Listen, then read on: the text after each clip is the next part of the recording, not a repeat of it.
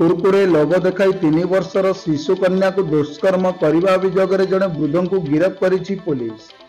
गजपति जिला मोहना थाना अंचल अभियोग आसी। गिरफ अभियुक्त जनक हेले मोहना थाना बालियासाही गाँव बलराम नायक। गतकाली संध्यारे बलराम शिशु कन्याटी को एकुटिया थिबार सुजोग नहीं दुकान कुरकुरे किणीदेवा प्रलोभन देखाइथिले। शिशु कन्याटी आसिया परे ताको पाख जंगल को नहीं जाइथिला अभियुक्त। सेठारे शिशु कन्या को दुष्कर्म करिथिला। परिवार लोके शिशु कन्या को घरे न पाई खोजाखोजी करथिले हेले पाई पारि नथिले। परे शिशु कन्याटी को अचेत अवस्था रे जंगल उद्धार करथिले परिवार लोके। शिशु कन्यार मां ए नहीं मोहना थाना रे लिखित अभियोग करिसंती। पुलिस घटनार तदंत करी अभियुक्त बलराम को गिरफ्त करिथिबा सूचना रहिछि।